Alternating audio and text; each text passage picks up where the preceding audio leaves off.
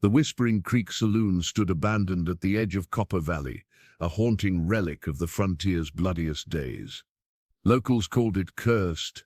27 men had died there in a legendary shootout, their spirits said to guard whatever lay hidden inside. For 50 years, not a soul dared claim it, not outlaws, not lawmen, not even the bravest treasure hunters.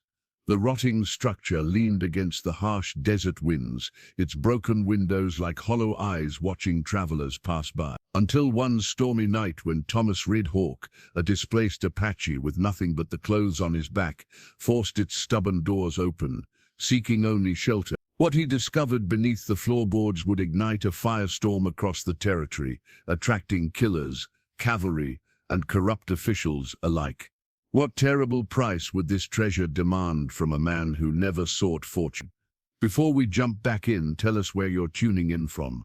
And if this story touches you, make sure you're subscribed, because tomorrow I've saved something extra special for you. The desert wind howled through Copper Valley as Thomas Red Hawk pulled his threadbare coat tighter around his shoulders.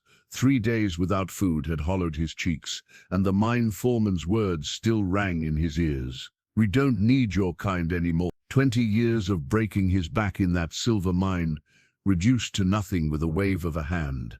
Thomas clutched the worn medicine pouch around his neck, his last connection to a people scattered to the winds. Inside lay 3 eagle feathers, a small carved stone, and a peculiar brass key his grandfather had pressed into his palm before the soldiers came. "This opens more than just a door," the old man had whispered. Thomas never learned what door that might be. The approaching storm painted angry bruises across the sky as he surveyed the dilapidated structure at the edge of town. The Whispering Creek Saloon had stood abandoned since before he was born. Even drunk cowboys gave it a wide berth, crossing themselves as they passed. 27 souls, Old Man Jenkins had told him once. 27 men killed each other over something hidden inside. Their spirits guard it still. Thomas didn't believe in such tales, but the hollow windows staring back at him like empty eye sockets gave him pause. A fat raindrop struck his face.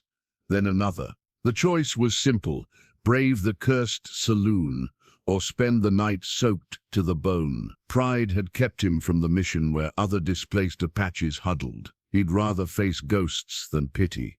The warped door groaned as he pushed it open. Musty air rushed out, carrying decades of dust and darkness. Thomas stepped inside, his footsteps echoing across the rotting floorboards. Broken furniture lay scattered like bleached bones. Behind the long bar, shattered bottles stood in silent formation, their contents long evaporated. Thomas moved cautiously, testing each board before committing his weight.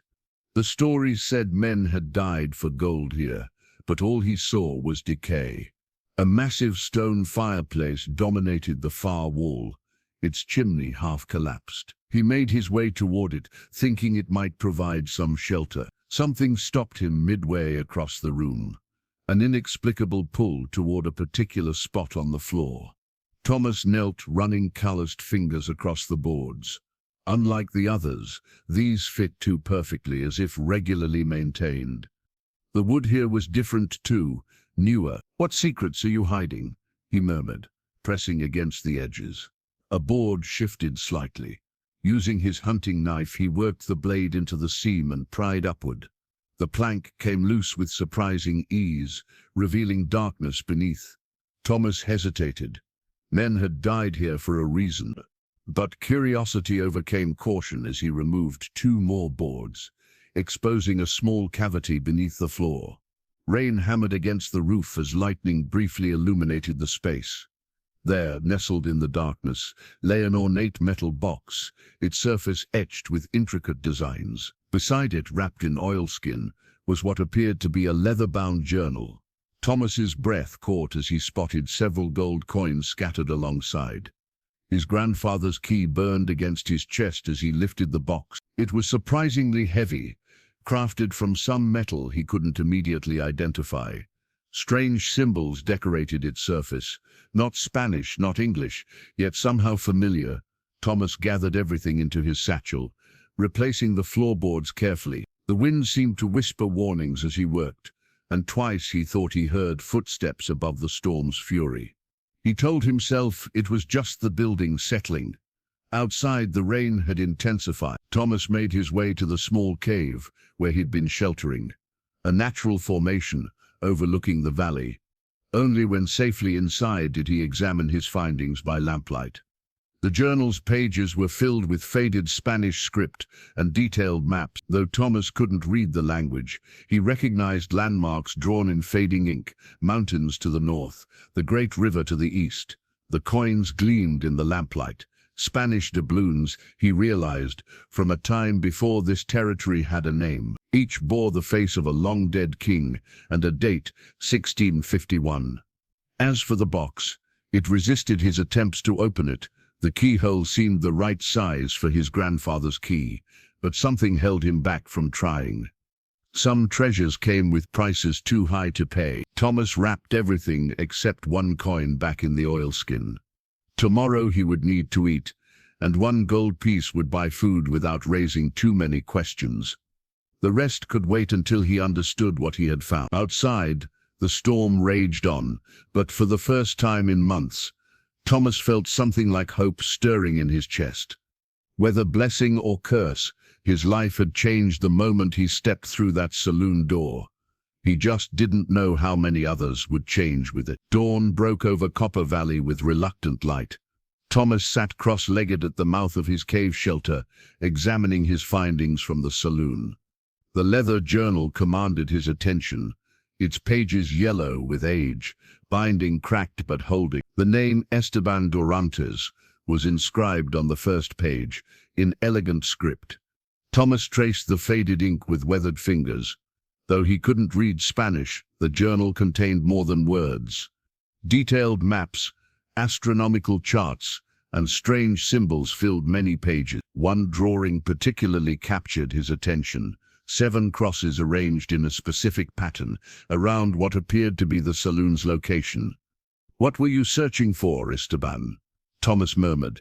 He turned his attention to the metal box. Ornate engravings covered its surface, scenes depicting warriors, mountains, and what appeared to be ceremonial gatherings. With startling recognition, Thomas realized some of the symbols matched those used by Apache medicine men of generations past. The coin he'd set aside gleamed in the morning light. Gold, certainly, but unlike any American currency, the Spanish king's profile was worn but visible, surrounded by inscriptions Thomas couldn't decipher. He'd need to be careful where he spent this.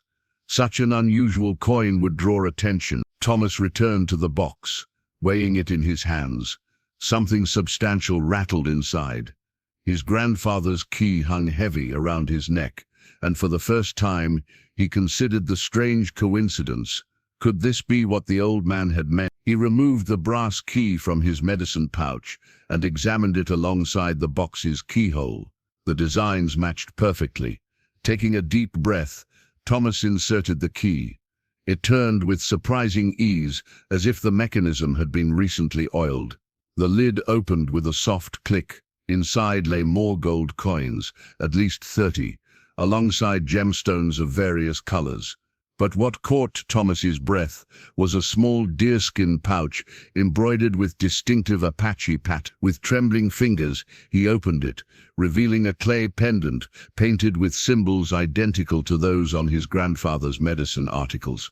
"This belonged to my people," he whispered, certainty washing over him. Thomas carefully returned everything except a single gold coin to the box, securing it in his satchel. Hunger gnawed at his stomach. He needed supplies, and that meant facing the town where no Apache was truly welcome. Before departing, Thomas concealed his shelter further, tucking the box and journal deep within a natural crevice and covering the entrance with brush. The less he carried, the less suspicion he would arouse. The walk to Copper Valley took nearly an hour.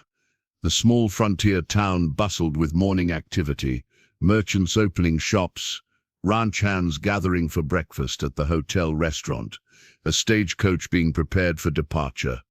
Thomas kept his head down, ignoring the sideways glances from settlers. At the general store, he paused, steeling himself before entering. Marcus Finch looked up from his ledger as the bell announced Thomas's arrival. "Don't often see you in town these days, Red Hawk." "Need supplies," Thomas replied simply, gathering only essentials: flour, coffee, salt, ammunition for his hunting rifle. When Thomas placed the gold coin on the counter, Finch's eyebrows shot up. He picked up the doubloon, examining it closely. "Where'd an Apache get Spanish gold?" he asked, suspicion evident. Thomas had prepared for this.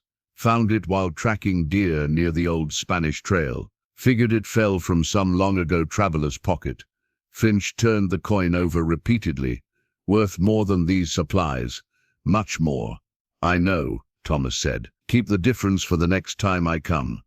This seemed to satisfy the shopkeeper, though his eyes remained narrow with curiosity. "Funny thing," Finch said, as he wrapped Thomas's purchases. "You're the second person asking about Spanish gold lately." Thomas's pulse quickened. "Who else?" "Telegram came for the mayor last week. Some rich collector from back east making inquiries about frontier artifacts. Spanish colonial era specifically."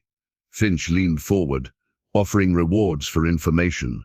Thomas maintained a neutral expression despite the alarm bells ringing in his mind. "Strange coincidence, is it?" Finch replied. "Mayor's been asking questions about that old saloon ever since." As Thomas left the store, he felt eyes following him. Word would spread quickly about the Apache with Spanish gold. He needed to return the cave immediately and find a safer hiding place for his discoveries. The path back seemed longer, each snapping twig a potential pursuer. By the time he reached his shelter, Thomas had made his decision. He needed to understand what he'd found before others came looking. And for that, he would need help from the one person in Copper Valley who might know about Spanish explorers without immediately betraying him for gain. The gold doubloon changed hands 3 times before sundown, from Marcus Finch to Jeremiah Cole, the town banker, who confirmed its authenticity and substantial value, from Cole to Mayor Wilson Prescott, who examined it with unusual intensity before locking it in his personal safe. Each exchange amplified the whispers, an Apache with Spanish gold. Thomas sensed the shift immediately upon returning to town the next day. Conversations halted as he passed. Eyes tracked his movements with newfound interest. Outside the saloon, the new one, not the abandoned wreck, 3 cowboys watched him with predatory focus. "That him," one muttered. "The Indian with the gold." Thomas kept walking, mentally calculating the distance to his rifle. He'd left it wrapped in oilskin near the cave, not wanting to appear threatening in town. A decision he now regretted. "Hey, Red Hawk." The voice belonged to Silas Dalton, the mayor's right-hand man. "Mayor wants a word." Thomas paused, weighing his options. "Another time. I have business." Dalton stepped closer. "Wasn't a request, Indian." A heavy hand landed on Thomas's shoulder from behind. He turned to find Sheriff Clayton Wells regarding him with measured curiosity. "I'll handle this, Dalton," the sheriff said. "Mayor can wait." Dalton scowled but retreated, leaving Thomas with the weathered lawman. "Walk with me," Wells said, not a request but not quite an order. They moved down the main street, the sheriff nodding to townspeople as they passed. "That coin's stirred up quite a hornet's nest," Wells finally said. "Where'd you really find it?" Thomas remained silent. "Not many places Spanish gold shit's waiting to be found," Wells continued, "especially coins in that condition." "Why does everyone care so much about one coin?" Thomas asked. Wells offered a wry smile. "Because folks around here remember stories. Stories about the old saloon. What happened there 50 years ago. 27 men dead over something hidden inside." They reached the sheriff's office, a modest building with cells in the back. Wells motioned Thomas inside. "I'm not under arrest," Thomas said, remaining on the boardwalk. "No," Wells agreed, "but you might want protection soon enough." Inside, the sheriff poured coffee into 2 chipped mugs. "Mayor's been corresponding with some wealthy collector from back east. Blackwood, I think. Man's apparently obsessed with Spanish colonial artifacts. Thomas accepted the coffee but said nothing. 2 days after you bring in a Spanish doubloon, suddenly the mayor's organizing search parties for the old saloon. Convenient timing. I found one coin while hunting, Thomas maintained. Wells leaned back in his chair. My grandfather was there, you know, the night of the massacre. One of only 3 men who walked out alive. Thomas couldn't hide his surprise, never would talk about what happened. Took to drink shortly after, died with whatever secrets he had. Wells studied Thomas closely, but he always said the treasure wasn't meant for men like him. Said it was waiting for its rightful guardian. Outside, voices raised in argument. The sheriff glanced through the window. Dalton's gathered some men. Mayor must be impatient. I should go, Thomas said, rising. Wells nodded. Back door leads to the alley. Whatever you found, Red Hawk, understand this. Men have killed for less, many men. Thomas hesitated at the threshold. Why help me? My grandfather wasn't a good man, but his last words were about making something right.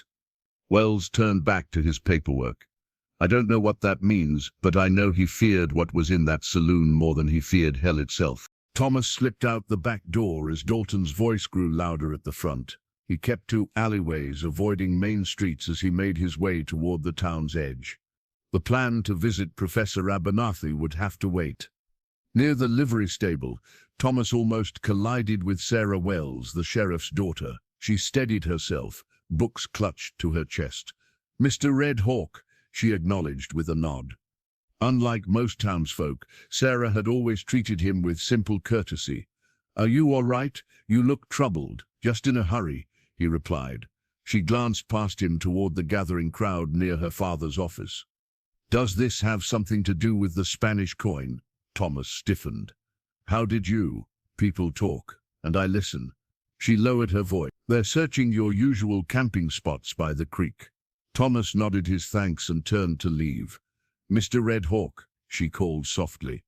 My father once said the old saloon holds answers to questions we've forgotten to ask. Before he could respond, she was walking away, skirts swishing against the dusty street. Thomas quickened his pace toward the hills. He needed to move his discoveries immediately. Whatever had been hidden in that saloon for decades was now awake and hungry, and it was drawing dangerous men like moth to flame. Professor Edmund Abernathy's cottage stood apart from town, nestled among cottonwoods near the creek. Books filled every available space, stacked on tables, lining walls, forming precarious towers on the floor. The retired history professor had come west, seeking relief from consumption, finding instead a passion for frontier history. Thomas approached cautiously after nightfall, the journal tucked securely in his coat. He'd relocated his treasures to a new hiding place, a narrow cave high in the cliffs, accessible only by a treacherous climb. Only the journal accompanied him. Its secrets needed deciphering. Abernathy answered his knock with spectacles perched on his nose and an oil lamp in hand. Mr. Red Hawk, rather late for social calls, need your help, Thomas said simply. Your discretion as well. Curiosity overcame caution as Abernathy ushered him inside. The professor had always treated Thomas fairly, fascinated by his knowledge of Apache customs, rather than dismissive of his heritage. What brings you to my humble library? Abernathy asked, clearing books from a chair. Thomas produced the journal. Can you read Spanish? Abernathy's eyes widened behind thick lenses. Old Castilian. Where did you? He stopped himself, hands already reaching for the book. May I? Thomas nodded, watching carefully as the professor's fingers reverently traced the leather binding. Extraordinary craftsmanship and the preservation. Abernathy murmured, opening to the first page. Esteban Dorantes. This name. It's familiar. The professor moved to a crowded bookshelf, extracting a volume with practiced ease.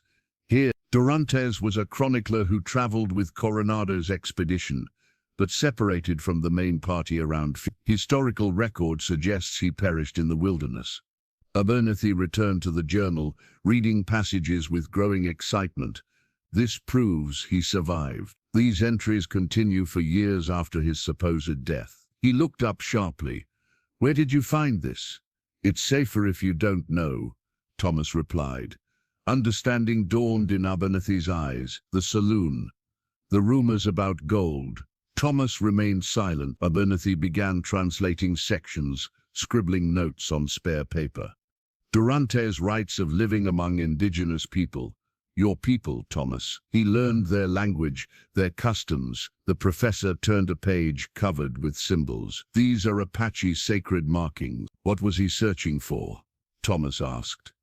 Abernathy skimmed further. He mentions El Tesoro de Siete Cruces, the treasure of 7 crosses. More pages turned. Fascinating. According to this, when Spanish forces came to claim tribal lands, Apache spiritual leaders gathered their most sacred artifacts, along with substantial gold already in their possession from previous trading. The professor continued reading, his translation flowing onto paper. The spiritual leaders created 7 markers, crosses that incorporated both Christian and Apache symbols. They entrusted these to 7 guardians who would protect the location of the treasure until it could safely return to the tribe. Thomas thought of the cross-shaped markings on the box. What happened to these guardians? Abernathy's expression darkened. Dorantes writes that Spanish soldiers captured and tortured 6 of them. None revealed the treasure's location. He adjusted his spectacles. The 7th guardian escaped, an ancestor of Dorante's Apache wife. The treasure was never found, Thomas stated. Not according to historical record, Abernathy confirmed. But Dorantes believes he decoded the location through his wife's ancestral knowledge. The professor looked up gravely. The final entry suggests he was being followed. He feared for his life. Thomas stared at the growing pile of translation notes. The massacre at the saloon could very well have been connected, Abernathy agreed.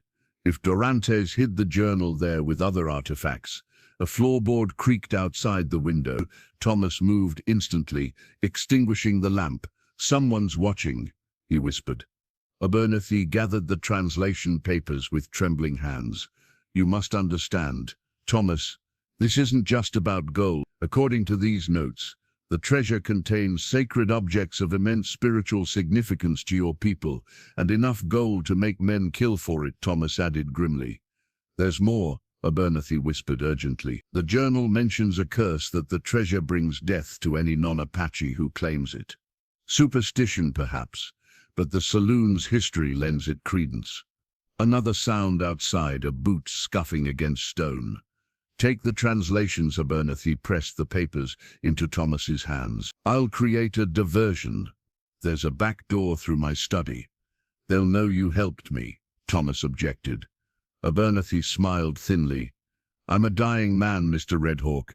Consumption will claim me soon enough, but helping preserve your cultural heritage, that's worth whatever trouble comes. As Thomas slipped out the back with the precious translations, he heard Abernathy greeting whoever had been lurking outside, his voice cheerful, betraying nothing. The translation papers felt heavy in his pocket. 7 crosses, sacred artifacts, a curse, and a treasure that had already left 27 men dead in its wake. The telegraph office in Copper Valley closed at sunset, but light still burned inside as the operator decoded an urgent message. His fingers trembled slightly as the words took shape on the paper. Confirmed, Durante's journal discovered.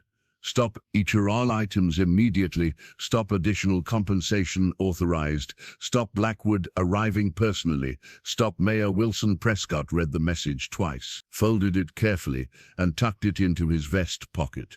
No reply tonight, he told the operator, and this remains confidential. Across the continent, Elijah Blackwood closed the leather portfolio containing his latest acquisition, a fragmentary map allegedly drawn by Coronado himself. The Manhattan penthouse overlooking Central Park housed only a fraction of his collection. The true treasures resided in a private museum beneath the mansion, accessible only to Blackwood himself. The train departs in 3 hours, sir, his secretary reminded him. Blackwood nodded absently, fingers tracing the familiar scar running from temple to jaw. Ensure our associates in Arizona territory are prepared. The Apache must be found quickly, and if he resists, Blackwood's expression hardened. I've spent 30 years searching for the 7 crosses. I won't be denied by some reservation savage. The private rail car departed that night, carrying Blackwood west, but he wasn't the only one journeying toward Copper Valley. In a Tucson saloon, Cora Delaney read her own telegram, dark eyes narrowing at the contents. Known throughout the territories as a woman who found people who didn't want to be found, Delaney had worked for Blackwood twice before. The money was exceptional. The methods were her choice. She tucked the telegram into her boot and signaled for another whiskey. 3 men at her table, hardened trackers with complicated pasts, waited for instructions. "We leave at first light," she told them. "Copper Valley, double rates, plus expenses." She smiled thinly. "We're hunting an Apache with something valuable." "What exactly?" asked Jenkins, the youngest of her crew. "Spanish artifacts. Very old, very valuable. Just find and retrieve," asked Monroe, cleaning his fingernails with a wicked blade. "Find, yes. As for retrieve," she shrugged. "Blackwood wants everything intact." The Apache's condition wasn't specified. Back in Copper Valley, Sheriff Wells read his own message, delivered by hand from an old Army contact in Tucson. "Blackwood, known collector, stop reputation for acquiring artifacts by any means. Stop previous associates. Disappeared. After discoveries. Stop exercise. Extreme caution.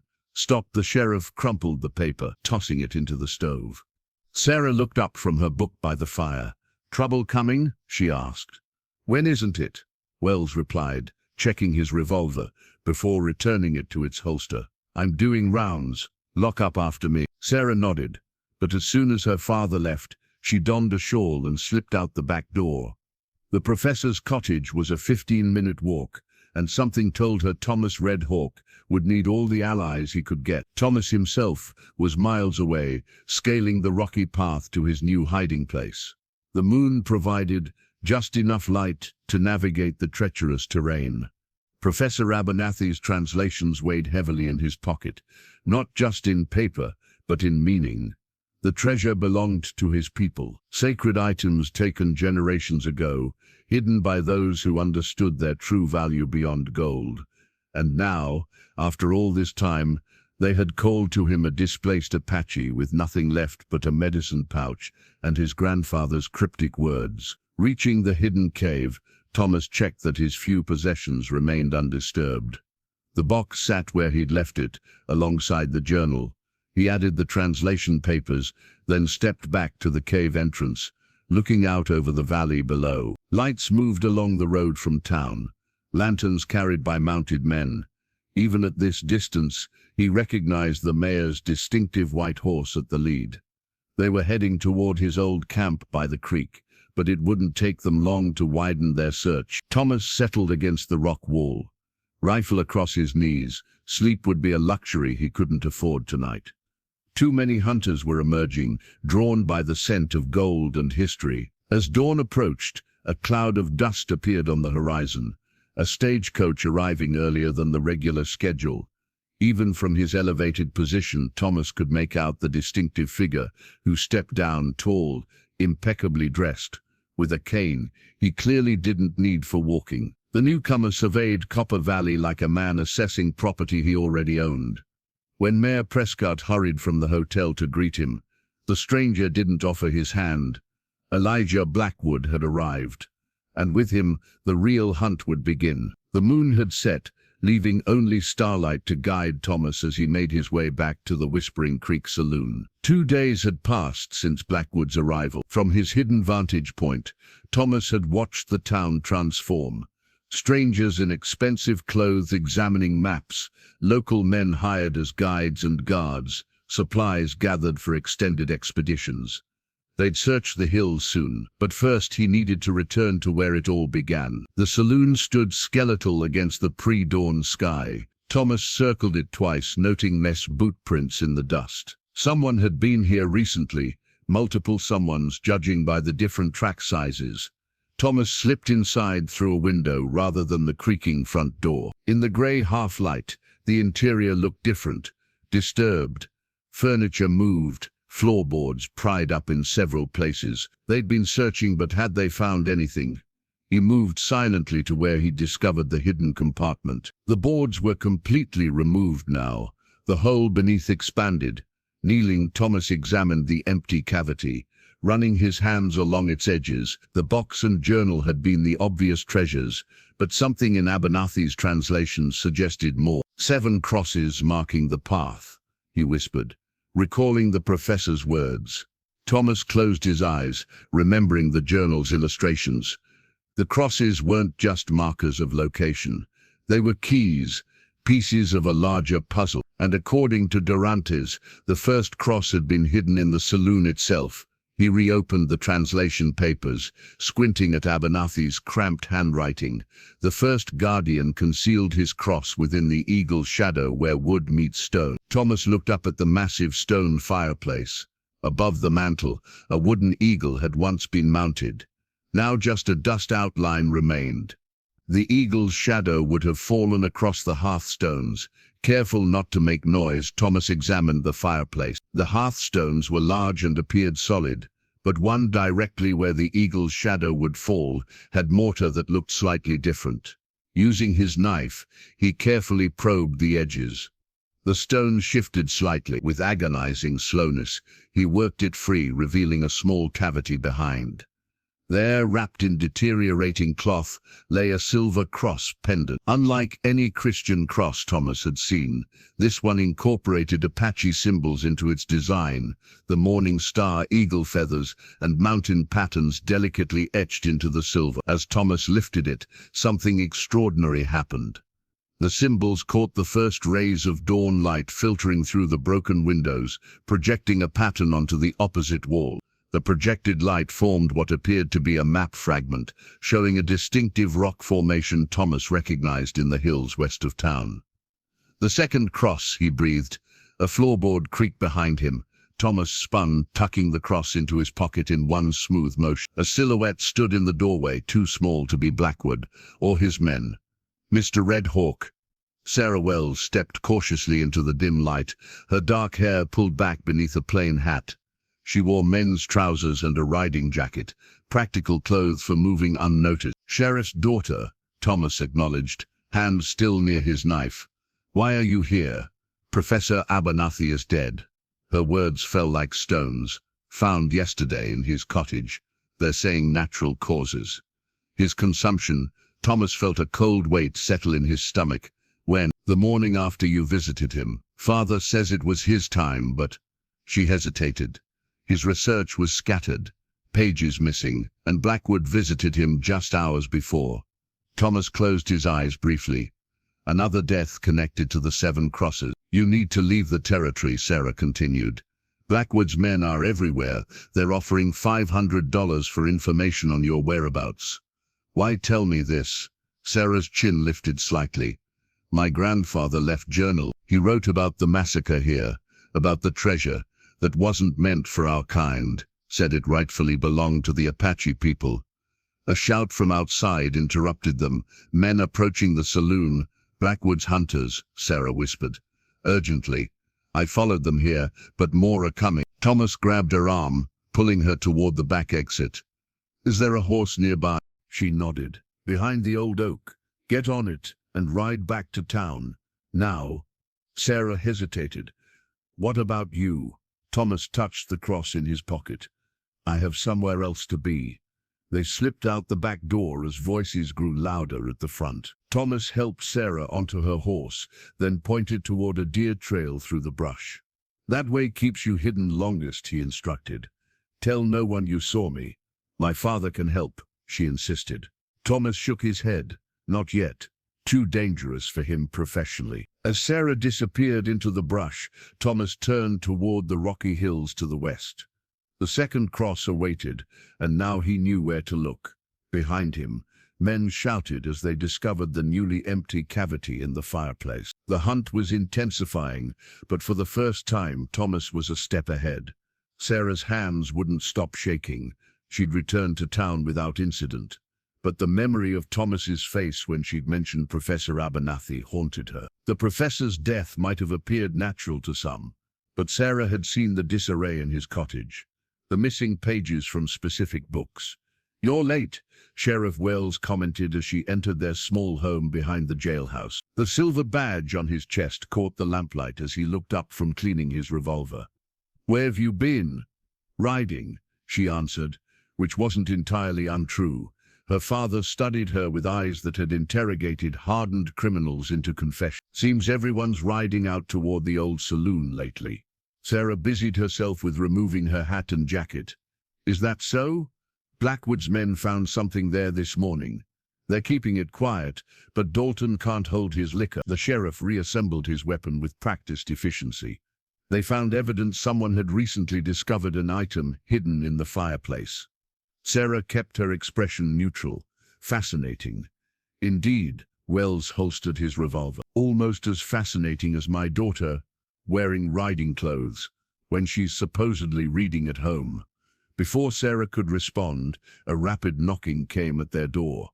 The sheriff opened it to find a young boy from the telegraph office. "Message from Tucson, Sheriff." The boy panted. "Marshall says it's urgent." Wells read the telegram, his weathered face growing increasingly grim. He handed the boy a coin, then closed the door. "What is it?" Sarah asked. "Blackwood." Wells sank into his chair. "Tucson Marshall says 2 previous expeditions he financed ended with dead historians. Both ruled accidents, both cases coincidentally closed by judges who received generous donations from anonymous benefactors." Sarah felt her throat tighten. "Professor Abernathy, The sheriff's fingers traced the edge of his badge. "His consumption was real enough, but the timing is suspicious." A noise from the back porch interrupted them, a soft scraping that wouldn't have been noticed by less vigilant ears. Wells drew his gun in a fluid motion, signaling Sarah to move away from the windows. "It's me, Sheriff," came a low voice. Sarah recognized it instantly and moved to open the back door despite her father's warning look. Thomas Red Hawk stood on their porch, shadows concealing most of his face. "You shouldn't be here," she whispered, but stepped aside to let him enter. The sheriff kept his revolver visible but lowered. "Bold move, coming to the lawman's house, Red Hawk. Half the territory's looking for you." "Not for justice," Thomas replied. "For what I found." Wells gestured toward a chair. "Which is?" Thomas remained standing. "Something that belonged to my people, something worth killing for, apparently." "Professor Abernathy," Sarah began. "Wasn't the first," Wells finished, showing Thomas the telegram. "Blackwood leaves bodies behind when ancient treasures are involved."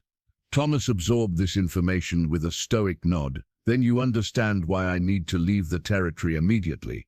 "With the artifacts," Wells surmised. "They belong to the Apache people, not in some collector's private museum." The sheriff studied Thomas for a long moment, then unpinned the silver badge from his chest and placed it on the table between them. "My grandfather was there the night of the massacre. Did you know that?" Thomas nodded. "You mentioned it. What I didn't mention was that he helped cause it." Wells's voice was steady, but Sarah could see the tension in his shoulders. "He led men there seeking Spanish gold, 27 dead by dawn." "Father," Sarah began, shocked by this revelation. "His last words to me were about egging something right, about a treasure that wasn't meant for our kind." The sheriff looked directly at Thomas. "I've worn this badge for 17 years, tried to bring justice where there wasn't much to be found. Maybe this is what my grandfather meant." Thomas regarded the badge skeptically. "What are you suggesting?" "An alliance, temporary and discreet." Wells leaned forward. "Blackwood's bringing corruption to my town. Mayor's already in his pocket. Within days he'll have enough men to search every inch of the territory until they find what they're looking for. And you'll help me." "Why?" Thomas asked. "Because that treasure belongs with your people, and because men like Blackwood shouldn't win." Wells pushed the badge across the table. "I can't openly oppose him. Not yet, but I can give you something valuable: time." Sarah stepped forward. "I can help too. I know every trail in this territory." Thomas picked up the badge, examining its worn surface. "If I'm caught with this, you'd hang for impersonating an officer." Wells finished bluntly. "Don't get caught." "What's your plan?" Thomas asked. "First, we need to know exactly what Blackwood knows." Wells looked at his daughter. "Sarah's been transcribing the mayor's correspondence for the town records. She might have seen something useful." Sarah nodded. "He's received several telegrams from Blackwood over the past month. I can access the copies." Thomas slid the badge into his pocket. The weight of it felt strange. A symbol of the law he'd always tried to avoid, now serving as his unlikely protection. "Dawn tomorrow," Wells said. "Back porch. Bring what you've found so far. We need to understand what we're protecting." As Thomas slipped back into the darkness, Sarah caught her father's troubled expression. "Are you sure about this?" she asked. Wells sighed heavily. "No, but sometimes justice and the law aren't the same thing." Elijah Blackwood's arrival transformed Copper Valley, the cattleman's hotel, previously the domain of dusty ranchers and traveling salesmen, now hosted a collection of scholars, private security men, and assistants, all catering to the collector's obsession. From the hotel's balcony, Blackwood observed the town through a brass spyglass. He cut an imposing figure, tall, immaculately dressed, despite the frontier setting, with silver-streaked dark hair and a prominent scar running from temple to jaw, the mark of a Comanche blade from his first expedition 30 years earlier. "Sir," his assistant approached cautiously. "Mayor Prescott has arrived." Blackwood didn't turn, instead withdrawing an ornate gold pocket watch from his vest. The timepiece was his most prized possession, a gift from the Spanish royal family after recovering a lost Columbus journal. He clicked it open, checked the time, then snapped it shut with practiced precision. "The mayor is 4 minutes late," he noted. "A habit of his, it seems." "My apologies for the delay, Mr. Blackwood," Mayor Prescott said from the doorway, hat clutched nervously in his hands. "There's been a development. My men found evidence of recent activity at the fireplace in the saloon." Now Blackwood turned, cold interest animating his features. "Show me." The mayor produced a small cloth bundle. Unwrapping it revealed plaster casts of footprints and a sketch of disturbed stonework around the fireplace. "2 sets of prints," Prescott explained, one matching the Apache's known boots, the other smaller, possibly a woman. Blackwood examined the casts, and the object that was hidden there. "Gone, sir, but we found this." The mayor presented a fragment of tarnished silver chain. "Looks like part of a pendant or necklace." Blackwood took the fragment, examining it under his magnifying glass. His jaw tightened. "One of the 7 crosses. He found it before your men arrived." "We've doubled the reward," Prescott assured him. $500 for information on the Apache's whereabouts. "Money won't be sufficient." Blackwood returned to the balcony, absently opening and closing the pocket watch as he thought. "The Apache knows what he possesses now. The journal, the first cross. He's following the path. We have men watching all trails out of the territory. He won't leave," Blackwood stated with certainty. "Not without the remaining crosses." He turned suddenly. "Arrange a meeting with the sheriff. I want to know where his loyalties lie." "Sheriff Wells is principled," the mayor said carefully. "All men have principles they're willing to compromise." Blackwood smiled thinly. "Find me the Apache's name, history, tribal connections, anything I can use." When the mayor departed, Blackwood summoned Cora Delaney. The tracker entered silently, her practical attire a stark contrast to the luxurious hotel suite. "You've had 3 days," Blackwood said without preamble. "What have you found?" "The Apache's name is Thomas Red Hawk," she replied. "Worked the silver mines for 2 decades until recently. Labs alone, no family in the territory. Tribal connections, minimal. His people were displaced years ago, scattered across reservations in Arizona and New Mexico." Blackwood nodded thoughtfully, fingers caressing his pocket watch. "What about our historian friend?" "Abernathy died of natural causes," Delaney reported, "but he'd recently acquired books on Spanish colonial history and Apache spiritual practices. His notes mentioned 7 markers and guardians. So Red Hawk consulted him before his convenient passing." Blackwood's expression remained neutral, but his fingers tightened around the watch. "And the sheriff's daughter? The footprints suggest a woman was present.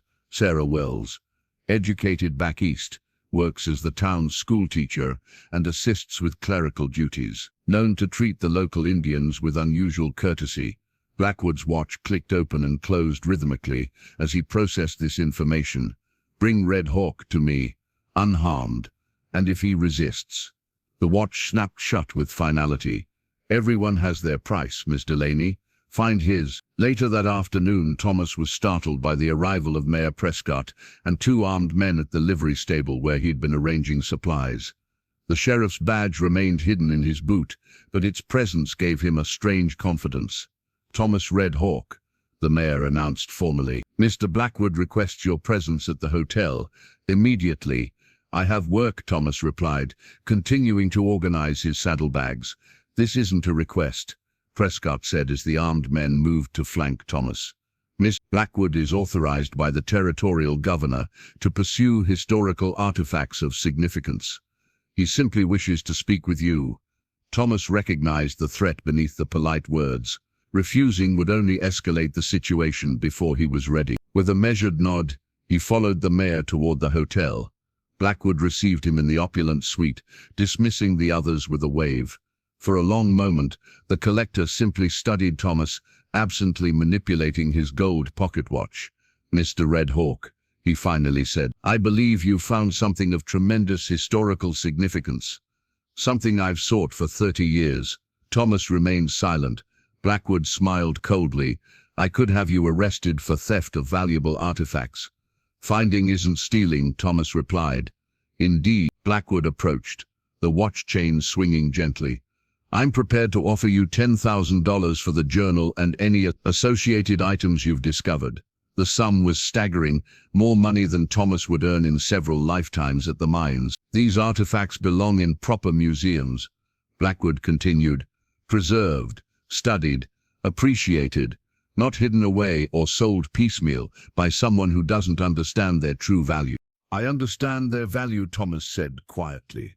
Blackwood's expression hardened momentarily before smoothing into practiced benevolence. I also understand your people's situation. The government's treatment of the Apache has been regrettable. With my connections, I could help secure protected land for your scattered tribe members. A reservation with water rights, hunting privileges. Thomas felt the weight of the offer. Land for his people, the one thing they truly needed. All I require is the journal, the box, and any crosses you've located. Blackwood extended his hand, the golden watch gleaming in his palm. What do you say, Mr. Red Hawk? A new beginning for your people, in exchange for artifacts from a bygone era. Thomas walked away from Blackwood's proposition with the collector's words echoing in his mind. Land for his people, a permanent home for those scattered across reservations and struggling to survive. The price seemed simple: surrender artifacts that had remained hidden for centuries. Yet something in Blackwood's eyes had told Thomas the man would never honor such an agreement. The collector wanted the treasure too desperately. The meeting had given Thomas one advantage. Blackwood didn't realize he'd already found the first cross. The collector believed Thomas merely possessed the journal and box. Night had fallen by the time Thomas reached the agreed meeting place behind the sheriff's house. Sarah appeared first, face half hidden beneath a shawl. Father's delayed, she whispered. The mayor called an emergency town council meeting. Blackwood's there. Suspicious timing, Thomas noted. Intentional, more likely. Sarah glanced around, then produced a folded paper from her pocket. I found something in the professor's office while helping the doctor catalogue his effects. She unfolded it carefully. A fragile parchment fragment hidden between pages of Abernathy's Bible. Faded ink depicted terrain. Thomas recognized immediately. The mountains west of Copper Valley, but with markings he'd never seen on any modern map. A map fragment, Thomas breathed, tracing the careful lines with his fingertip. Look here, Sarah pointed to markings near a distinctively shaped mountain. Apache symbols, similar to those in the journal. Indeed, the map contained a blend of Spanish cartography and indigenous symbols. Most striking were 7 small crosses marked at specific locations. The first aligned perfectly with the Whispering Creek Saloon's position. The professor found this before he died, Sarah explained. He told no one except my father, said it might be connected to your people's history in this valley. Thomas studied the second cross location, the same rock formation revealed by the silver cross's light projection. This confirms what the first cross showed me. There's more. Sarah turned the fragment over, revealing cramped handwriting in the professor's distinctive script. Journal confirms treasure originally Apache in origin. Sacred objects taken by Spanish, combined with gold. Apache spiritual leaders created 7 crosses to mark path. Investigation suggests possible connection between Thomas Red Hawk's bloodline and 7th Guardian, who escaped Spanish capture. Thomas felt a chill despite the warm night. What does he mean, my bloodline? He was researching Apache family histories, Sarah said. Found records suggesting your grandfather came from a line of spiritual leaders, possibly the same family as the 7th Guardian mentioned in Durante's journal. The implications staggered Thomas. His grandfather's key, his cryptic words about opening more than doors, the familiar symbols on the box. They weren't coincidences. A sudden crash from inside the professor's cottage interrupted their examination. Sarah quickly folded the map fragment as Thomas reached for his knife. Someone's inside, he whispered. They moved carefully toward the back window. Through the gap in the curtains, they could see 3 men ransacking Abernathy's study. Books lay scattered across the floor. Furniture overturned. Blackwood's men, Sarah breathed. They must think the professor hid something else. Thomas recognized one figure, Cora Delaney, the tracker who'd been asking questions about him in town. She was directing the search with methodical precision. We need to go, Thomas said. Now, they backed away slowly, but Sarah's foot caught a loose stone. The small noise was enough. Delaney's head snapped toward the window. Run, Thomas ordered, pushing Sarah ahead of him as they sprinted toward the tree line. A shout went up behind them. Gunshots cracked through the night, splintering bark near Thomas's head. They ducked into the dense woods, using the darkness for cover. This way, Sarah gasped, leading him along a narrow game trail. They emerged near the creek, following its path until they reached a small cave hidden behind a waterfall. Inside, Sarah lit a small lantern. Father and I used this place when I was young, she explained. No one else knows about it. Thomas unfolded the map fragment again. If Blackwood's men were searching Abernathy's home, they must suspect he found something significant. The professor knew he was in danger, Sarah said. He told my father he'd hidden copies of his most important research. Where? That's just it. He never said. Only that it was somewhere only the rightful guardian would think to look. Thomas's fingers traced the Apache symbols on the map. These markings, they're clan symbols. This one represents the Bear clan, my grandfather's clan. Sarah watched him intently. What does it mean? It means Abernathy discovered the truth before he died. The 7th Guardian was from my bloodline. Thomas touched the medicine pouch at his neck. The key, the symbols, my grandfather's words, they weren't coincidence. If Blackwood learns this connection, he won't stop until he has everything, Thomas finished grimly. The journal, the crosses, and anyone who stands in his way. A noise outside the cave silenced them both. Footsteps approached, deliberate and measured. Thomas extinguished the lantern and drew his knife, positioning himself between Sarah and the entrance. The footsteps stopped. A shadow appeared against the falling water. Thomas, Sarah, Sheriff Wells's voice carried softly into the cave. It's me. As the sheriff stepped inside, his grim expression was visible even in the darkness. The professor's cabin is burning to the ground. Blackwood claims it was an accident during a legitimate search for stolen property. Thomas clutched the ancient map fragment. The path to the 7 crosses had become more dangerous with each step. There's someone you need to see, Sheriff Wells said as dawn broke over the mountains. An elder of your people who lives outside town, Grey Wolf. Thomas looked up sharply. I know of him. Few Apache remain in this territory. He asks for you specifically, the sheriff explained. Says he's been expecting you since the old spirits started whispering again. Sarah provided Thomas with supplies and fresh clothing. Be careful. Blackwood's men are watching all trails. Using the sheriff's badge as a precaution, Thomas traveled with Wells under the pretense of investigating cattle rustling.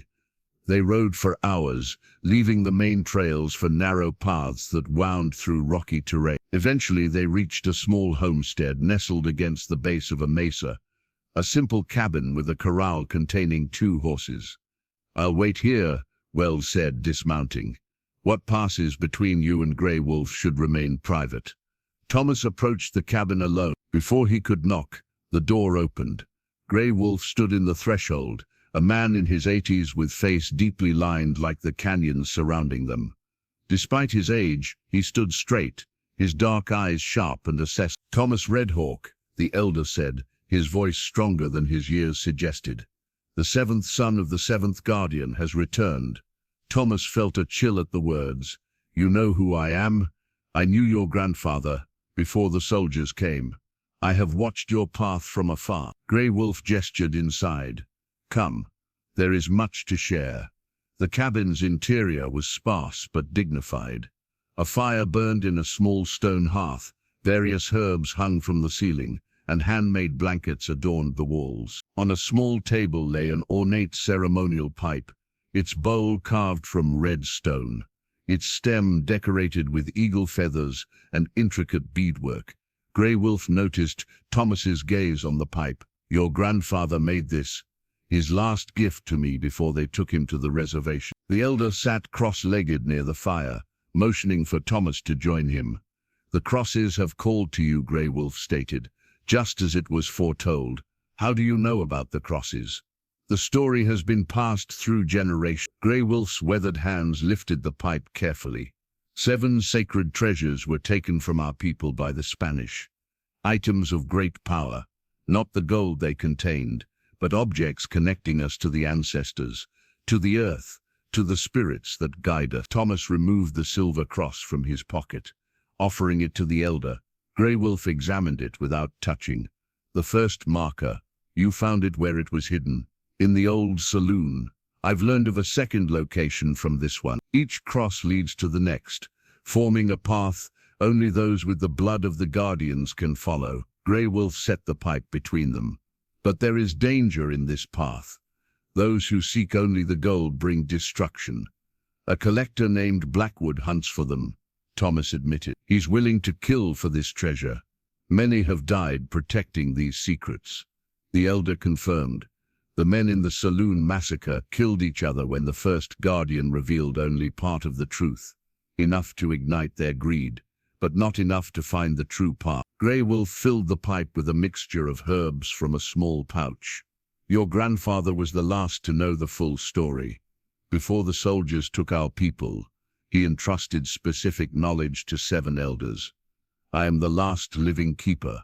"What knowledge?" Thomas asked. "The true purpose of the treasure."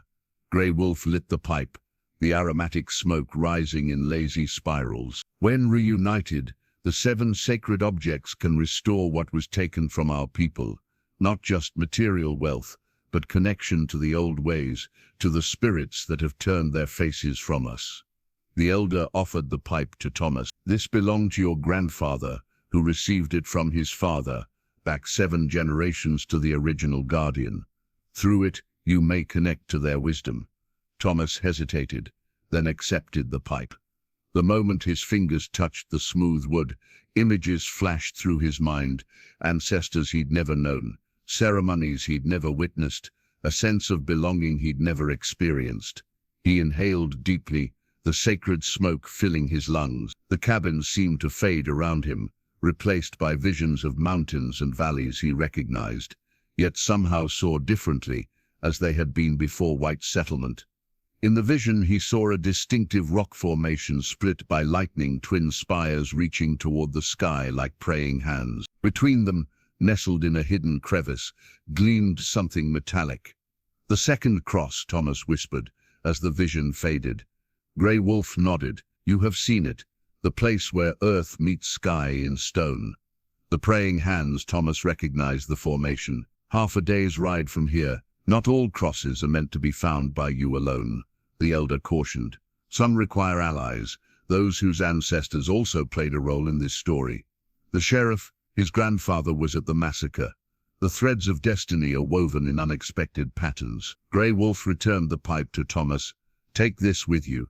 It will guide you when the path becomes unclear." As Thomas departed, the elder called after him, "Remember, the treasure's true worth lies not in its gold, but in what it will restore to our scattered people." Thomas rejoined Sheriff Wells, the ceremonial pipe secured carefully in his saddlebag alongside the silver cross.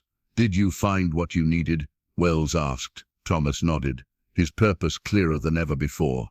"I know where to find the second cross." The praying hands rose from the desert floor like ancient supplicants, two massive stone spires thrusting skyward, separated by a narrow gap that caught the morning light. Thomas, Sarah, and Sheriff Wells observed the formation from a sheltered position among the scrub oak. "Blackwood's men?" Thomas asked, scanning the terrain. "Two watching the north trail," Wells confirmed. "They're spreading outward from town in search patterns.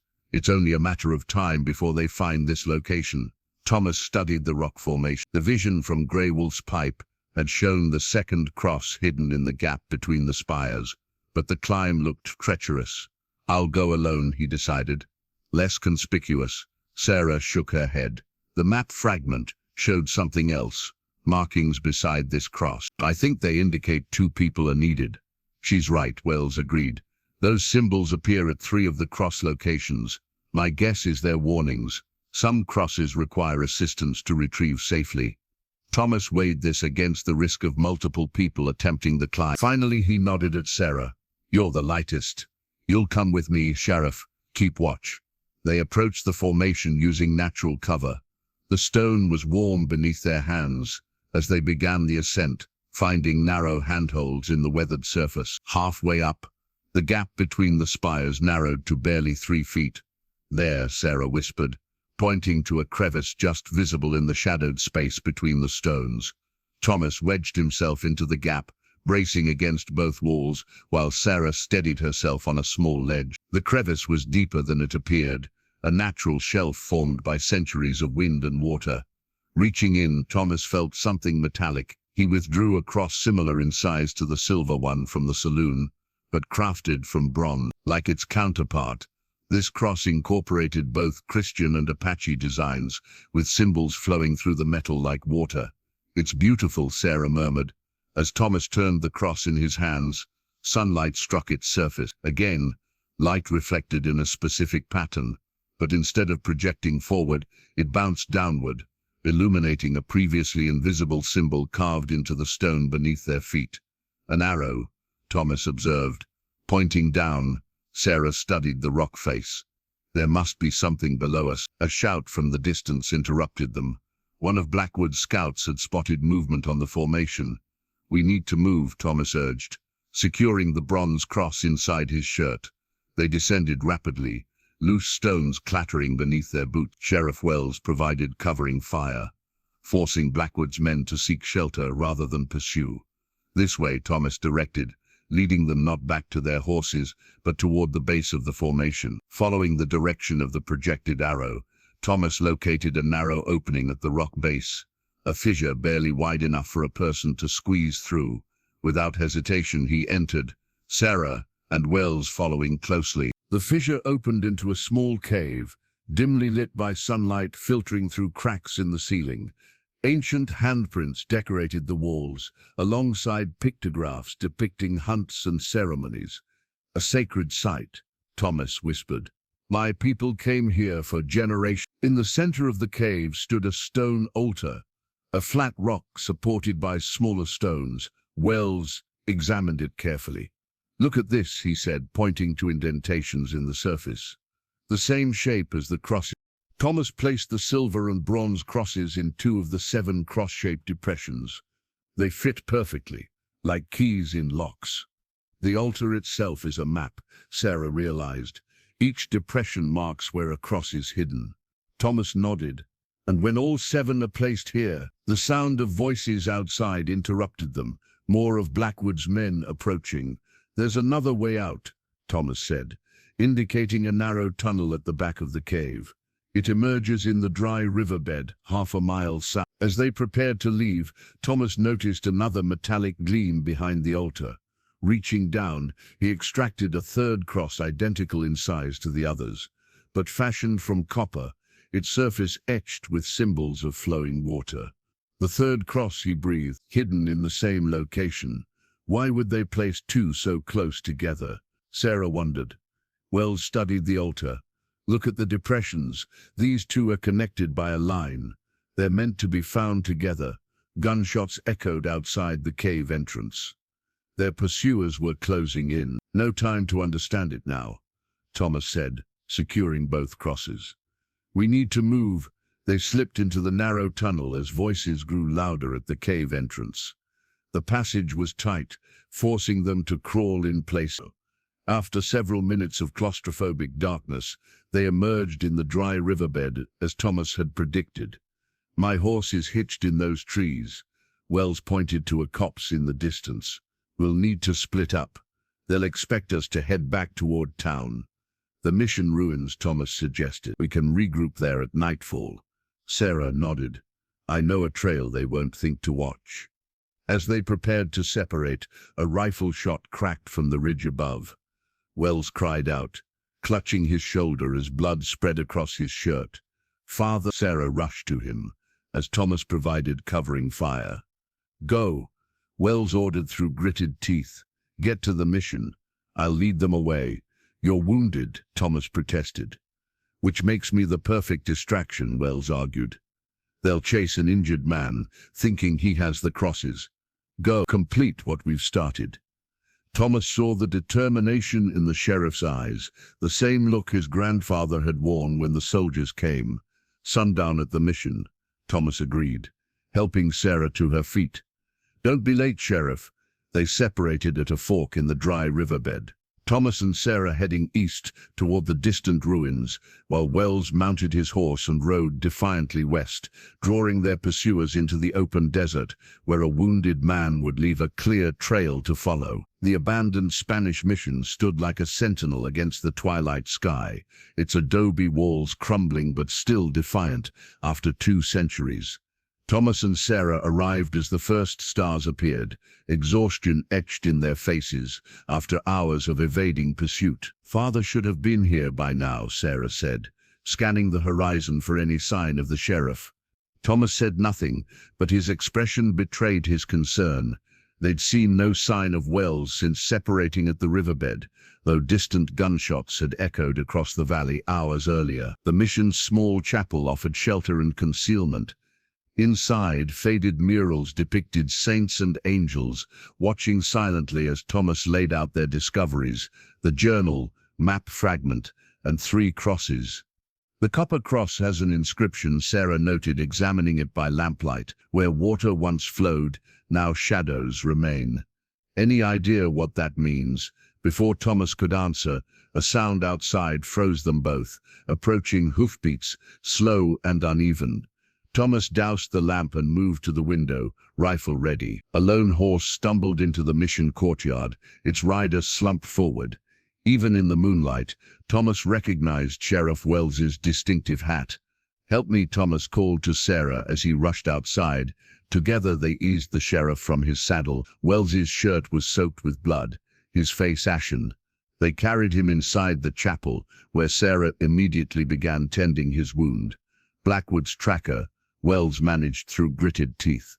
Delaney, she's good, anticipated where I'd go. Save your strength, Sarah urged, cleaning the bullet wound with water from their canteen. No time. Wells shook his head weakly. There may be an hour behind me. Followed until they were sure which direction I was headed, then sent riders back to gather reinforcements. Thomas exchanged a grave look with Sarah. The wound? Bullet went through, she reported, but he's lost too much blood. He needs a doctor. Wells gripped Thomas's arm with surprising strength. Listen to me. Blackwood knows about the cave, about the altar. His men found it after we left. The crosses? Thomas asked. Safe, Wells confirmed, gesturing weakly to his saddlebag. But Blackwood now knows you have at least 3 of them. He's offered $1,000 for your capture. Sarah finished bandaging her father's shoulder. We need to get you to town. No, Wells said firmly. Blackwood has the mayor and half the town council in his pocket now. claims the Apache stole valuable historical artifacts that belong to the territory. Thomas's jaw tightened. The treasure belongs to my people. I believe you, Wells, but Blackwood's version is the one being telegraphed to the territorial governor. With visible effort, Wells reached inside his vest and removed a small leather case. From it, he extracted a silver star, different from his sheriff's badge. A deputy's badge. Thomas Red Hawk, Wells said formally, despite his weakened state. By the authority vested in me as Sheriff of Copper County, I hereby appoint you temporary deputy, with all rights and responsibilities therein. Thomas stared at the badge. You can't be serious. Never more so. Wells pressed the badge into Thomas's palm.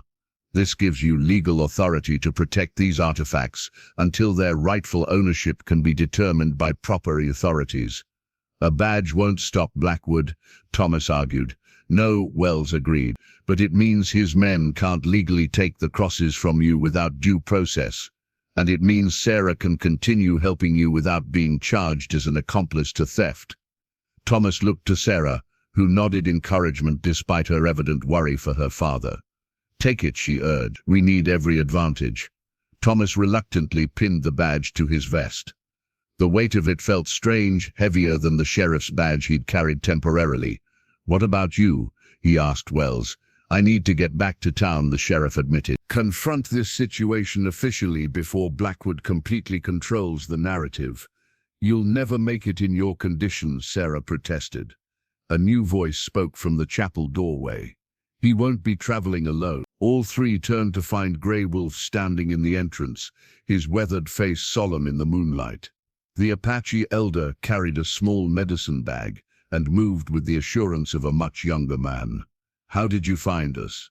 Thomas asked, surprised. Grey Wolf's eyes moved to the ceremonial pipe visible in Thomas's saddlebag.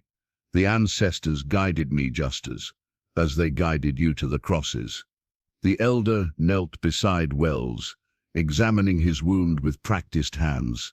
I can stabilize him for the journey. There are herbs that will slow the bleeding and fight the beginnings of infection. As Grey Wolf worked, Thomas stepped outside with Sarah. I can't ask you to continue, he told her. Your father needs you. Sarah's expression hardened with determination. My father needs Blackwood's scheme exposed for what it is. The fastest way to help him is to find the remaining crosses before Blackwood does. Thomas touched the deputy's badge, still foreign against his chest. Lines have been drawn. Blackwood will only escalate from here. Then we'd better move quickly, Sarah said, her gaze moving to the eastern horizon, where dawn would soon break. The copper cross inscription, could it refer to the old aqueduct system? The Spanish built one to irrigate crops, but it dried up decades ago. Thomas nodded slowly. The shadows remain. At certain times of day, the broken aqueduct casts a distinctive shadow along the valley floor. Inside, Grey Wolf had finished treating Wells's wound. The sheriff already looked stronger, though far from healed. I will ensure he reaches town safely, the elder assured them. You must continue on your path, Deputy Red Hawk. Thomas felt the weight of both the badge and his responsibility. 3 crosses found, 4 still hidden, a wounded ally, a powerful enemy drawing closer, and somewhere in the balance, the future of his scattered people.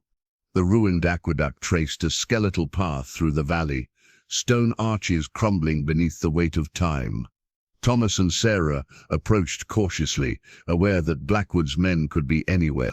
The rising sun cast long shadows, exactly as Thomas had predicted, each broken arch projecting a dark line across the desert floor.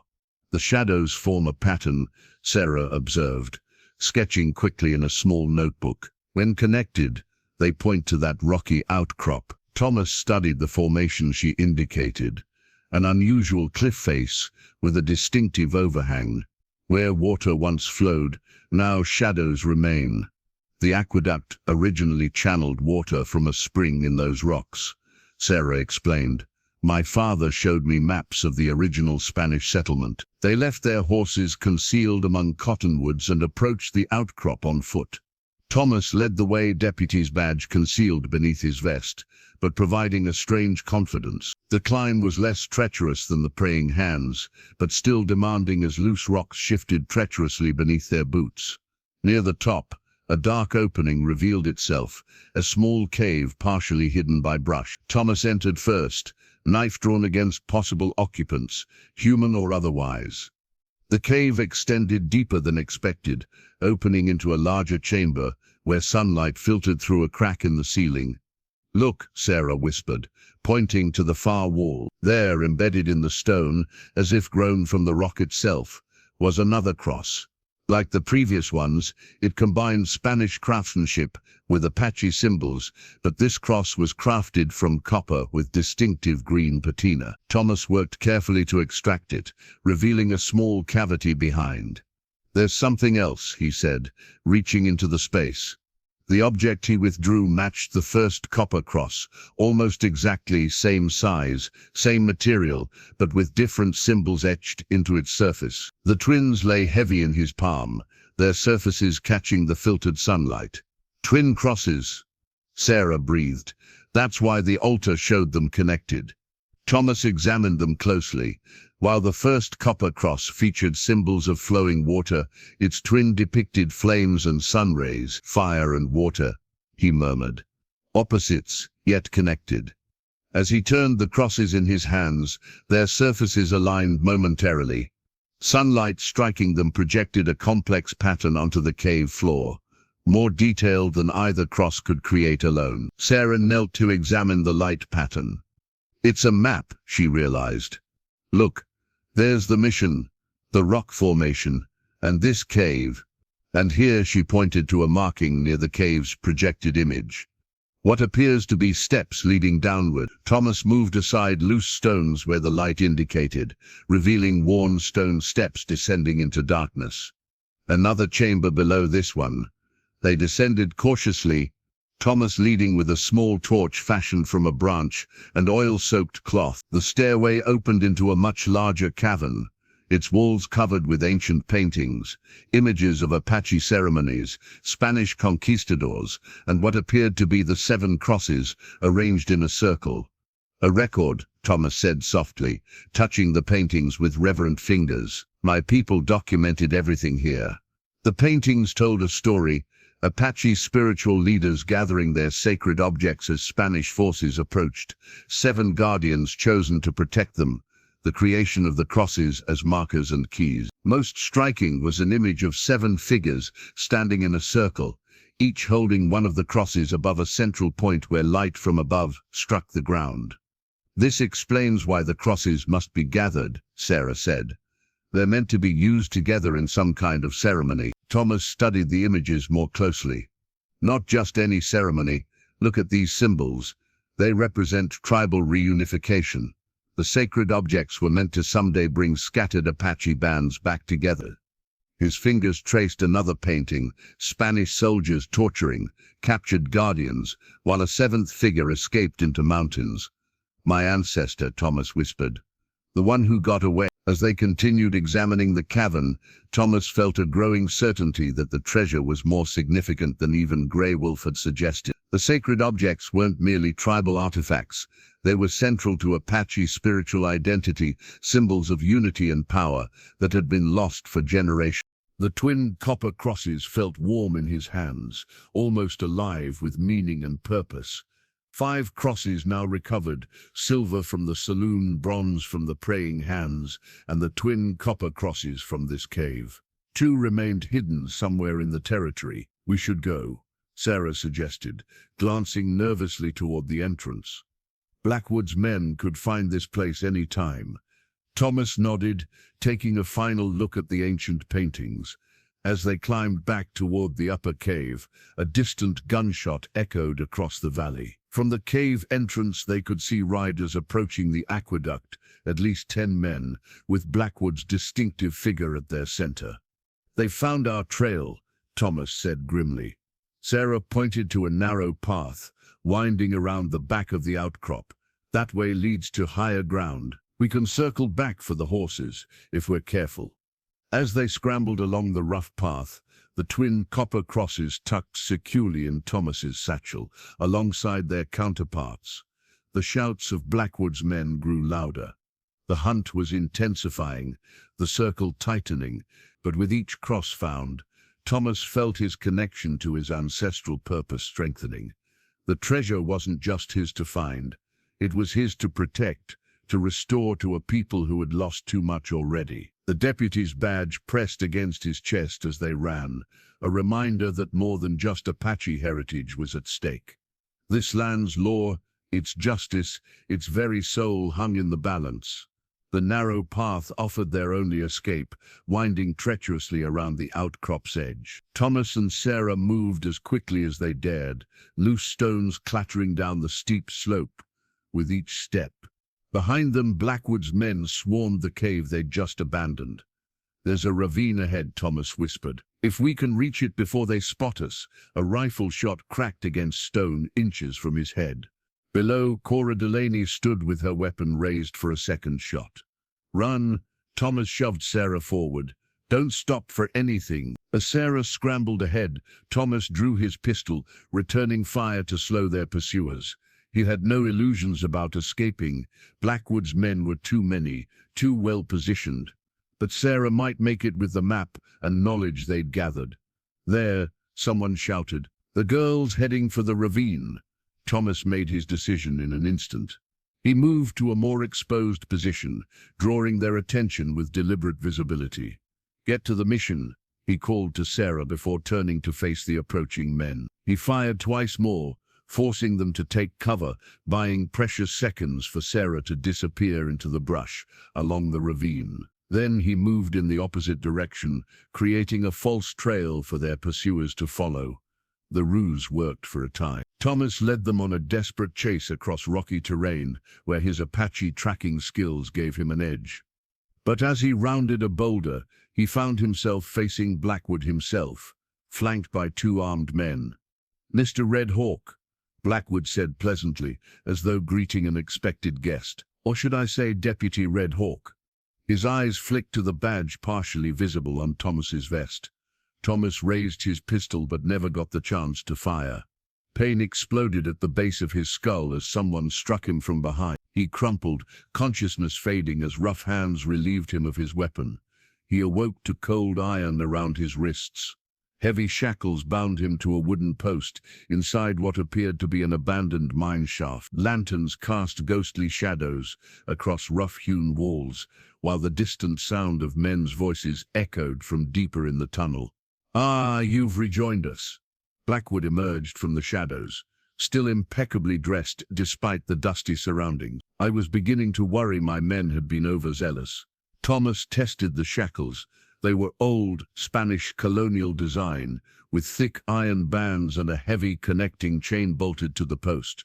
"Appropriate, don't you think?" Blackwood gestured to the restraints. "These very shackles once bound Apache prisoners during the Spanish occupation. I acquired them from a museum in Madrid. Historical artifacts should be used for their intended purpose, after all."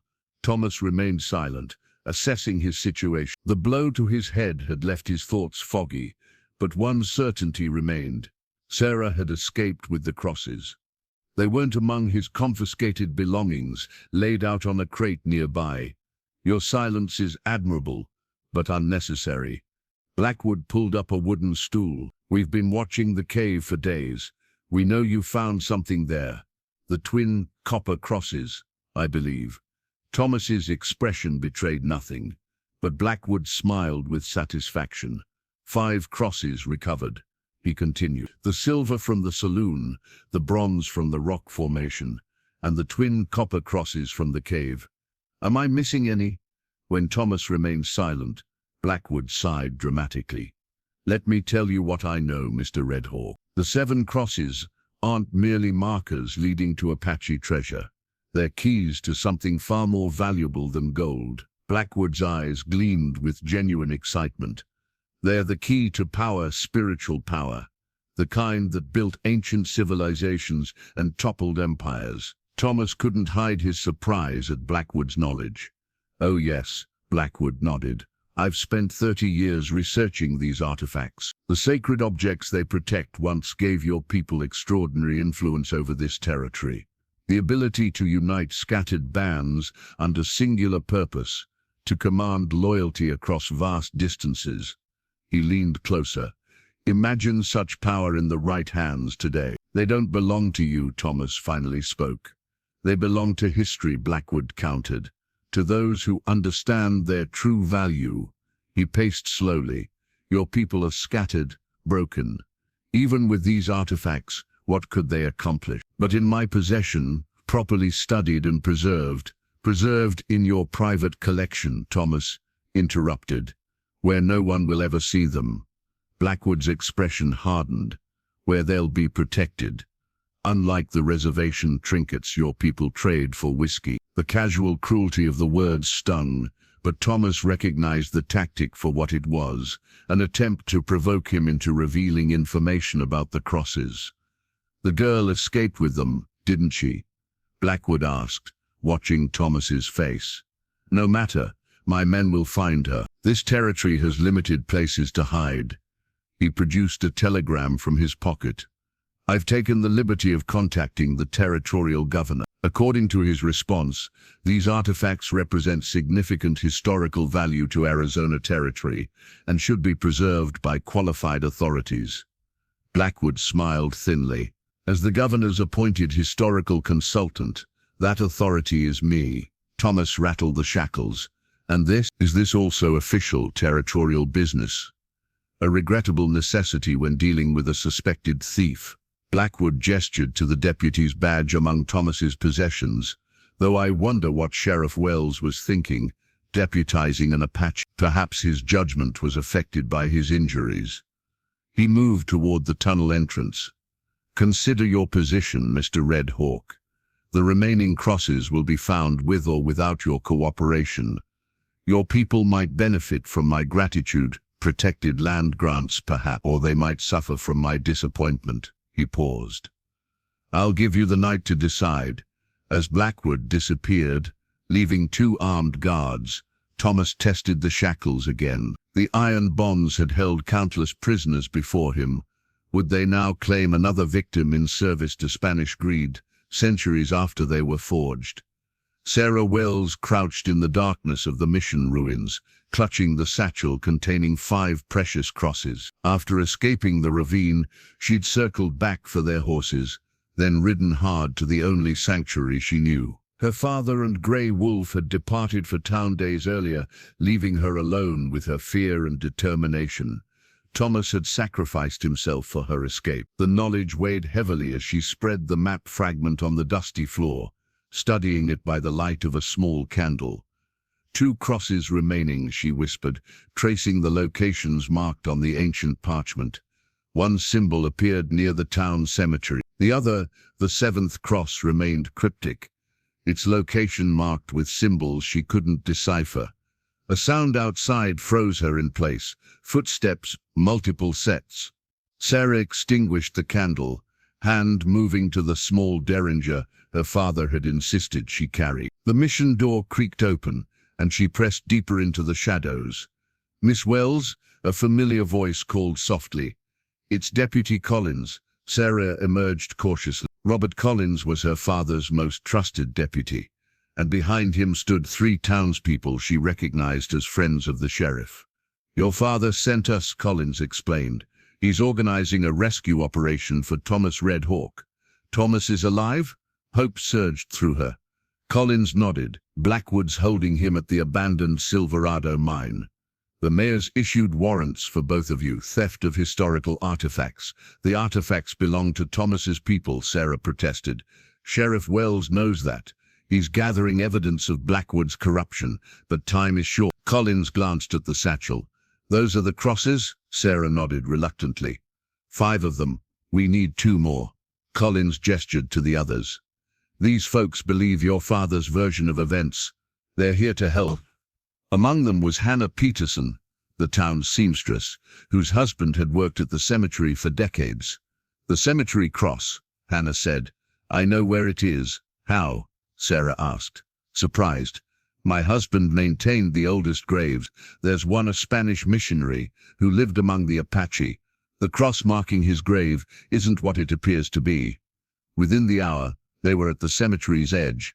Hannah led them to an isolated grave, nearly hidden by overgrown sage. The headstone had fallen, but the iron cross marking the plot remained upright, blackened with age. My husband always found it strange, Hannah explained. This cross never rusted like the others. Collins examined it closely. It's not iron at all. It's been painted to look weathered. With careful effort, they worked the cross free from the earth. Beneath its base, a small compartment contained another cross. This one fashioned from darkened steel, with familiar Apache and Spanish symbols etched into its surface.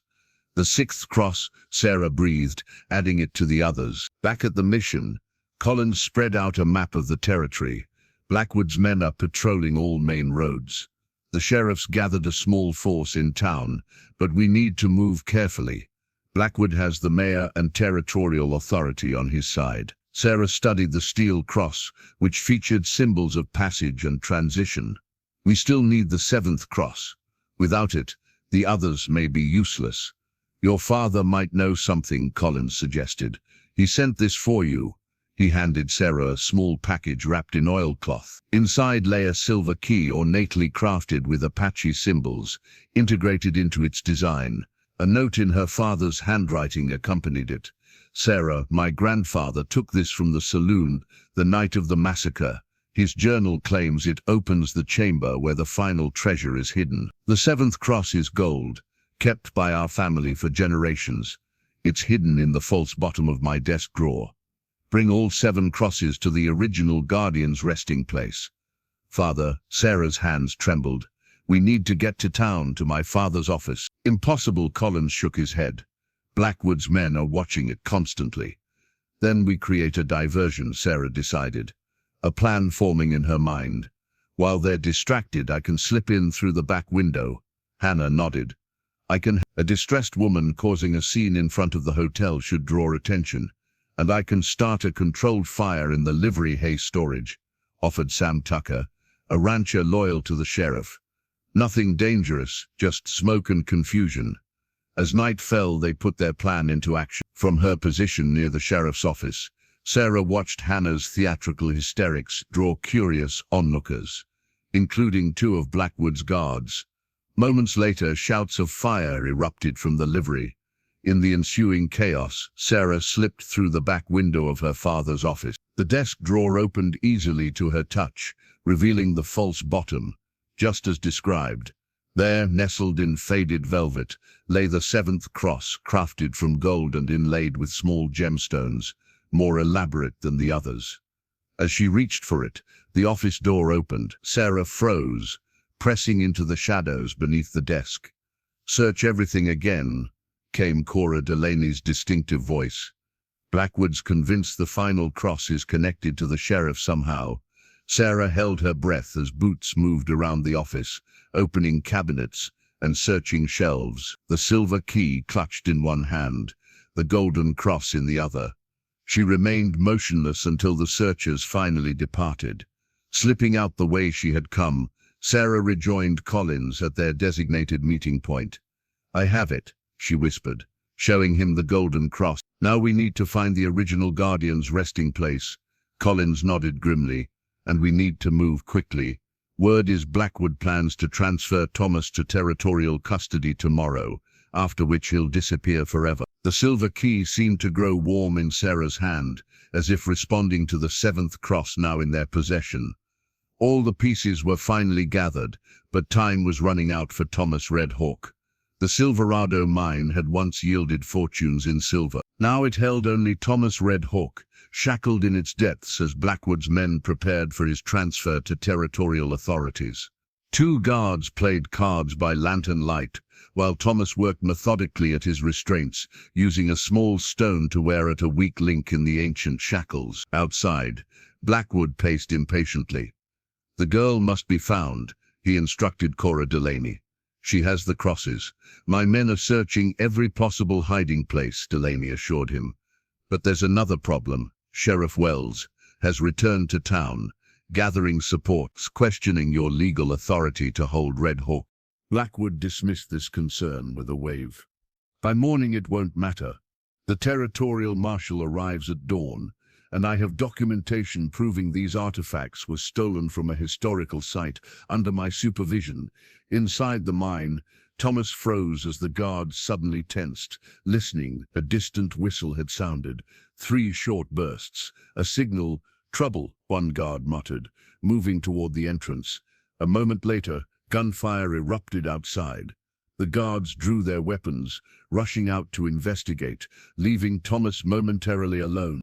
He redoubled his efforts on the weakened chain link. Near the mine entrance, Collins and his small group created a convincing diversion, firing into the air and surrounding hillsides. In the confusion, Sarah slipped through the shadows toward the mine shaft, Grey Wolf moving silently beside her. "There's a back entrance," the elder had told her, "used by the Apache who worked these mines generations ago, known only to our people. They located the narrow opening, concealed by scrub brush and decades of rockfall." Sarah clutched the satchel containing all 7 crosses, silver from the saloon, bronze from the praying hands, twin copper crosses from the cave, steel from the cemetery, and gold from her father's desk. Together with the silver key, they formed a complete set, each cross unique, yet part of a greater whole. Inside the mine, Thomas felt the chain finally give way. He was working his hands free when a section of wall shifted behind him, revealing a hidden passage. Sarah emerged with Grey Wolf, her face lighting with relief at seeing Thomas alive. "Quickly," she whispered, helping remove the broken shackles. "Collins and the others can't distract them for long." Thomas embraced her briefly. "You found all the crosses?" She nodded, showing him the complete set. "And my father sent this." She produced the silver key. Grey Wolf examined the crosses reverently. "The 7th Guardian's bloodline has fulfilled its purpose. Now we must take them to where it all began." The saloon, Thomas realized, the original Guardian's resting place. They slipped out through the hidden passage as gunfire continued to draw Blackwood's attention. By the time their absence was discovered, they were already riding hard toward Whispering Creek Saloon. Dawn was breaking as they approached the abandoned building. Sheriff Wells waited there with 3 trusted deputies, his wounded arm in a sling but his resolve evident. "Blackwood's not far behind," Wells warned. "The territorial marshal is with him, along with the mayor and a dozen armed men. Whatever you're planning, do it quickly."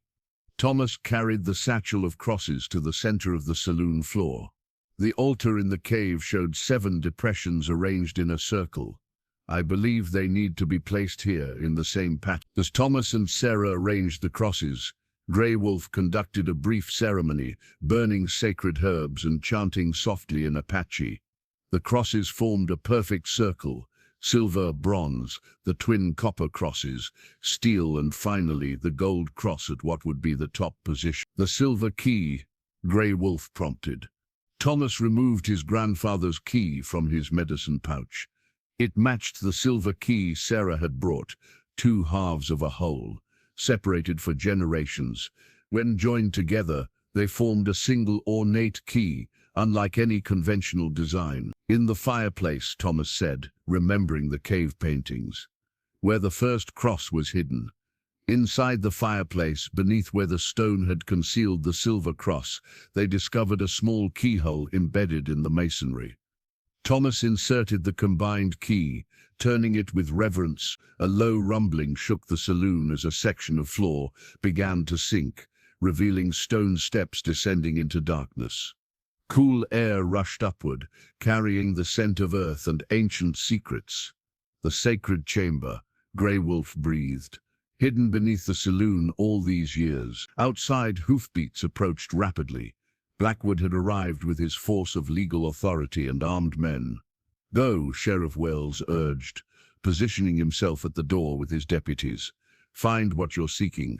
We'll hold them off as long as we can." Thomas hesitated, unwilling to leave allies to face danger alone.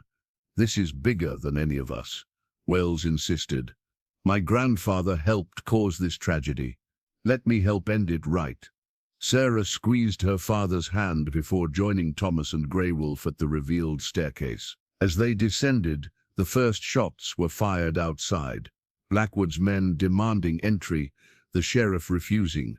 The stone steps led deep beneath the earth, eventually opening into a large circular chamber. At its center stood a stone altar similar to the one in the cave, but larger and more elaborate. Alcoves lined the walls, each containing objects draped in preserved hides. The sacred artifacts, Grey Wolf whispered, preserved all these years. As they moved deeper into the chamber, Thomas felt a presence, not threatening, but watchful. The 7 crosses began to glow faintly in the darkness, illuminating ancient paintings that covered every surface of the room. And there, in the largest alcove, lay something that made Thomas's breath catch, a cache of gold and silver, beyond imagining, alongside scrolls, maps, and legal documents bearing Spanish royal seals. Land grants, Sarah realized, examining one unfurled scroll, legal title to Apache territories, recognized by the Spanish crown. These would still be binding under U.S. law. Above them, the sound of gunfire intensified. Blackwood had breached the saloon entrance. The ancient chamber shuddered as gunfire intensified above. Dust rained from the ceiling, while Thomas, Sarah, and Grey Wolf hurriedly gathered the most crucial items, sacred artifacts, land grants, and a portion of the gold coins. We can't take everything, Thomas realized, surveying the vast treasure. Many artifacts were too fragile to move hastily, the accumulated heritage of a people nearly erased from history. The chamber itself must be protected, Grey Wolf agreed. If Blackwood reaches it, heavy footsteps echoed down the stone staircase. Thomas positioned himself protectively before Sarah and the elder, drawing his pistol as a figure emerged from the shadows. It was Blackwood, alone, his normally immaculate appearance disheveled, a revolver aimed steadily at Thomas. Magnificent, the collector breathed, taking in the chamber and its contents. More than I imagined possible. This doesn't belong to you, Thomas said calmly. It never did. History belongs to those who preserve it, Blackwood countered, stepping further into the chamber. Your people had their chance. Now it's mine. More dust showered from above as the structure groaned ominously. The gunfight had weakened the already deteriorating saloon. This place is becoming unstable, Sarah warned. We need to leave. Blackwood ignored her, moving toward the alcoves with an expression of near religious reverence. Do you have any idea what these artifacts are worth? Not just in money, but in power. The spiritual techniques contained in these objects could command loyalty across territories, influence minds. They were never meant for such purposes, Grey Wolf interrupted. They were preserved to restore what was taken from us. Our connection to the ancestors, to each other. A large wooden beam crashed down near the entrance, blocking part of the stairway. The entire structure was beginning to collapse. We need to go, Thomas insisted. All of us. Now. Blackwood appeared not to hear, entranced by the treasures surrounding them. When a section of ceiling collapsed nearby, Thomas made his decision. He grabbed Blackwood's arm, pulling him forcibly toward the exit. What are you doing? Blackwood struggled against Thomas's grip. Saving your life, Thomas replied grimly. Even though you don't deserve it. They fought their way up the crumbling staircase, dodging falling debris. The saloon above was nearly unrecognizable. Half the roof had collapsed, and flames had taken hold in one corner. Sheriff Wells and Delaney were directing people outside, enemies temporarily united by the common threat. As they emerged into daylight, the remaining structure gave a final shudder before imploding, sending a cloud of dust skyward. The chamber below, with most of its treasures, was sealed once more, perhaps forever.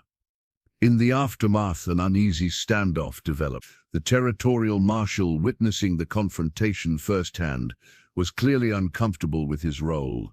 These artifacts, Blackwood began, attempting to reassert control, their territorial property. No, Thomas interrupted, producing the land grants they'd salvaged. According to these documents, recognized under the Treaty of Guadalupe Hidalgo, this land and everything on it legally belongs to the Apache people, always has. The marshal examined the documents with growing discomfort. These appear authentic, Spanish royal seals, proper attestation. There's more, Sarah added, revealing Blackwood's telegram to the mayor, detailing plans to falsify reports to the territorial governor. Blackwood's expression hardened. You have no idea who you're dealing with. My connections cannot change what has happened here, Sheriff Wells interrupted, his deputy's star gleaming on his chest. Nor what will happen next. 3 months later, Thomas stood before the newly formed Apache Tribal Council, watching as elders from scattered bands signed the historic declaration. The document, printed on formal parchment with government seals, established protected homelands for displaced Apache families across territories they had once called their own. The land had been purchased with a portion of the gold recovered from the chamber, an amount staggering enough to secure not only territory, but water rights, mineral rights, and legal protections far beyond what any reservation offered. Blackwood had departed in disgrace, his reputation shattered by revelations of corruption, grave robbery, and fabricated historical claims. The territorial governor, fearing scandal, had quickly distanced himself from the affair. "It is done," Grey Wolf announced, as the final signature was applied. The elder looked decades younger, revitalized by witnessing his people's renaissance. Around them, families who had been separated for generations reunited on land that was finally irrefutably theirs again. Sarah joined Thomas as the ceremony concluded. In the months since the Saloon's collapse, their relationship had deepened beyond the bonds forged in danger. "My father sends his regards," she said. "The new governor has officially appointed him territorial marshal." Thomas nodded, pleased but distracted by the weight of what they'd accomplished. The sacred artifacts recovered from the chamber, far more valuable than gold, were being used to revive cultural practices nearly lost to time. "What will you do now?" Sarah asked softly. Thomas gazed across the valley that had once been called Copper Valley but now bore its original Apache name. Children played near newly constructed homes while elders taught forgotten skills to eager apprentices. "I'm home," he said simply. "For the first time, I'm truly home." Near the council lodge, a wooden marker had been placed where workers would soon break ground for a permanent structure, a museum and cultural center to house the artifacts and tell the true story of the Apache people. The marker bore a simple inscription beneath 7 small crosses. "Here lies the legacy of our ancestors, reclaimed by those who never forgot."